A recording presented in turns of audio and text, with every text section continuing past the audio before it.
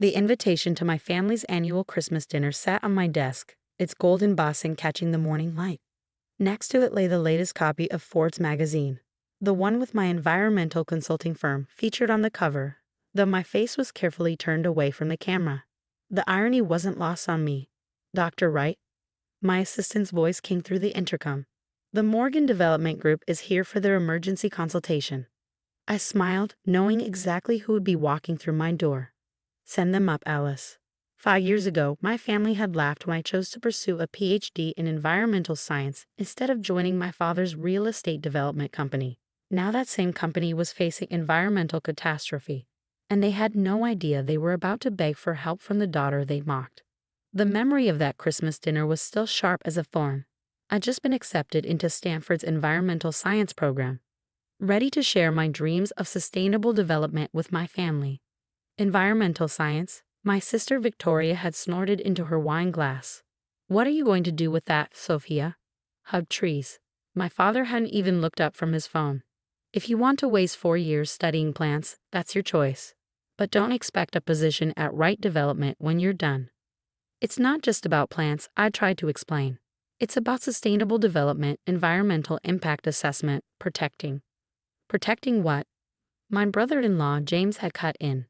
"Profit margins, because that's what matters in real estate, not some hippie crusade about saving the planet."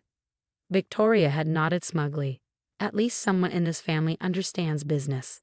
James just closed that deal on the River Valley project." "How many millions was that again, darling?" "The River Valley project. If they'd only known then what that development would lead to.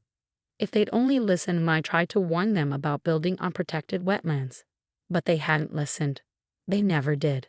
I'd left that dinner feeling like an alien in my own family. The next day, my father had called to make one final attempt at talking sense into me. "This environmental nonsense isn't a real career, Sophia," he'd said, his voice heavy with disappointment. "Victoria and James are already managing major projects. Meanwhile, you want to spend your time worrying about endangered frogs." I'd held my ground. "Someone has to worry about them, Dad. And someone has to make sure development doesn't destroy everything in its path." He'd hung up without saying goodbye. That was the last real conversation we'd had. I'd gone to Stanford, earned my PhD, and built my consulting firm, Eco Environmental Solutions, from the ground up. I kept my identity private, using my mother's maiden name professionally, letting my work speak for itself. And what work it was! In 5 years, ECO had become the most respected environmental consulting firm in the country. Major corporations paid millions for our assessments. Government agencies saw our expertise. When development projects faced environmental challenges, ECO was the first call they made. My family never connected Dr. Sophia Bennett, the reclusive founder of ECO, with their misguided daughter who'd chosen endangered frogs over real estate empires. But that was about to change. Through my office window, I watched my father's company car pull up to the building. Victoria and James would be with him. They always traveled as a unit when crisis struck. And this was definitely a crisis. The River Valley project, their biggest development to date, had hit a devastating snag. The protected wetlands they'd ignored in their planning were fighting back. Sinkholes had started appearing in their luxury housing sites. Protected species were surfacing in their construction zones.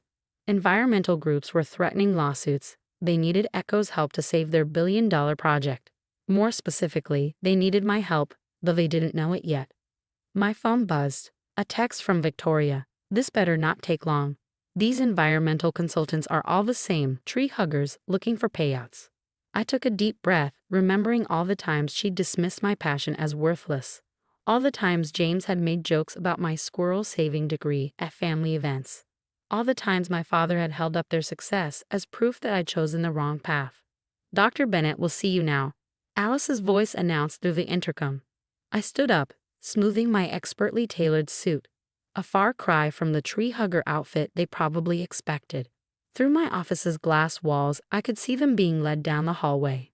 My father's confident stride, Victoria's designer heels clicking on marble, James' impatient fidgeting with his Rolex. They had no idea they were about to walk into a meeting with the daughter whose career choices they'd ridiculed for years. The daughter who now held the fate of their billion-dollar project in her hands. Time to show them exactly what an environmental science degree could do. I heard Victoria's voice before they entered my office. I hope this Dr. Bennett understands we don't have time for endless environmental studies. The River Valley project is worth. She froze mid-sentence as they walked through the door. My father stopped so abruptly that James nearly crashed into him. Sophia, Victoria whispered, her perfectly made-up face draining of color. Hello, family. I remained seated behind my desk, enjoying their shocked expressions. Though I believe you're here to see Dr. Bennett. My father's face went through a rapid series of emotions. Confusion, disbelief, anger. You're Dr. Bennett, the founder of Echo Environmental. The same. I gestured to the chairs in front of my desk. Shall we discuss the River Valley situation? I understand you're having some issues with protected wetlands. James found his voice first. This is ridiculous. You can't be the world's leading environmental consultant. I finished for him, pushing forward a copy to Forbes. The expert whose firm you desperately need to save your billion-dollar project. I'm afraid I am. Victoria sank into a chair, her designer outfit suddenly seeming like costume jewelry. All this time, Echo Environmental was you. Surprised? I opened a folder containing their project details. Amazing what you can accomplish with a useless environmental science degree, isn't it? My father remained standing, his face darkening. If this is some kind of revenge. Revenge? I laughed softly. Dad, if I wanted revenge, I would have let your project collapse. I would have testified for the environmental groups suing you. Instead, I'm going to help you fix this mess. Though it won't be cheap or easy. I stood up, walking to the wall of screens displaying data from the River Valley site. You built on protected wetlands, ignored endangered species habitats, and violated at least 6 environmental protection statutes. The sinkholes appearing in your luxury housing sites, that's what happens when you drain wetlands without proper environmental assessment. James shifted uncomfortably. We followed all the required procedures. The bare minimum required by law. I corrected him. Which is exactly what I warned you about 5 years ago, not that any of you listened. Victoria's eyes widened. The Christmas dinner, when you tried to tell us about sustainable development. When you were all too busy mocking my career choice to hear what I was actually saying, I finished. Now here we are. I pressed a button, bringing up detailed maps of their project site. The good news is, ECO can help you salvage this project. The bad news? It will require completely redesigning your development plan, implementing extensive environmental protection measures, and probably losing about 30% of your buildable area to wetland preservation. 30%? My father's voice rose. That's impossible. The profit margins are not my concern. I cut him off. This is what it will take to make your project legally compliant and environmentally sustainable. Take it or leave it. I handed each of them a thick folder. These are Echo's terms. Our consulting fee is $5 million, non-negotiable. You have 24 hours to decide. Victoria flipped through the documents, her hands trembling slightly. $5 million? That's less than you'll lose if those environmental lawsuits go through, I pointed out. Much less than you'll lose when the whole site becomes unbuildable due to subsidence from damaged wetlands. My father finally sat down, looking older than I'd ever seen him. Why didn't you tell us? About Echo, about all of this. Would you have listened? I asked quietly. When have you ever listened to anything I had to say about environmental protection? James cleared his throat. The other projects we developed since River Valley, have we been making the same mistakes? Oh, much worse ones, I smiled. But we can discuss those after you sign Echo's contract for this project. Victoria let out a shaky breath. All those times we laughed about your degree, and now you're the only one who can save our biggest project. Ironic, isn't it? I returned to my desk.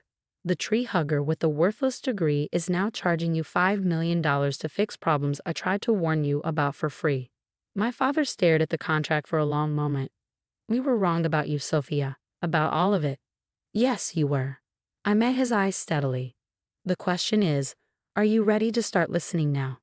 One by one, they signed the contract. As they stood to leave, thoroughly humbled, I called out, "Oh, and Victoria." She turned back, trying to maintain what was left of her dignity. About what you texted earlier, how environmental consultants are all tree huggers looking for payouts. You're right about the payout part. Echo's wire transfer details are on page 6. After they left, I returned to my window, Watching their expensive cars pull away from my building, my assistant appeared with a glass of champagne. "Congratulations on landing the right development account," she said, smiling. Though I suspect this was about more than just business. I took the glass, remembering that Christmas dinner when they'd laughed at my dreams. Sometimes success isn't just about proving them wrong.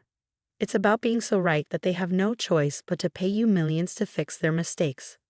The next family Christmas dinner was different. Gone were the snide comments about my career choice. Instead, my family members hummed on my every word about environmental protection and sustainable development. Victoria had even enrolled in some environmental management courses. My father, he completely restructured Right Development's approach to environmental impact, making ICO their exclusive environmental consultant. It cost them millions, but saved them billions in potential disasters. And me? I finally let Forbes photograph my face for their follow-up article. Dr. Sophia Bennett, How the Tree Hugger Became Real Estate's Environmental Savior. Sometimes at night, I look out from my office at the city lights, thinking about how life comes full circle. My family had mocked my passion for environmental science, only to end up desperately needing that very expertise. The view from the top isn't about looking down on those who doubted you. It's about seeing clearly enough to help them avoid the pitfalls they never believed in. And sometimes, the best revenge isn't just success. It's success so essential that the people who mock you have to write you 7-figure checks just to stay in business. The daughter they dismissed as a tree hugger now sets environmental standards for the entire industry. That's not just revenge. That's evolution.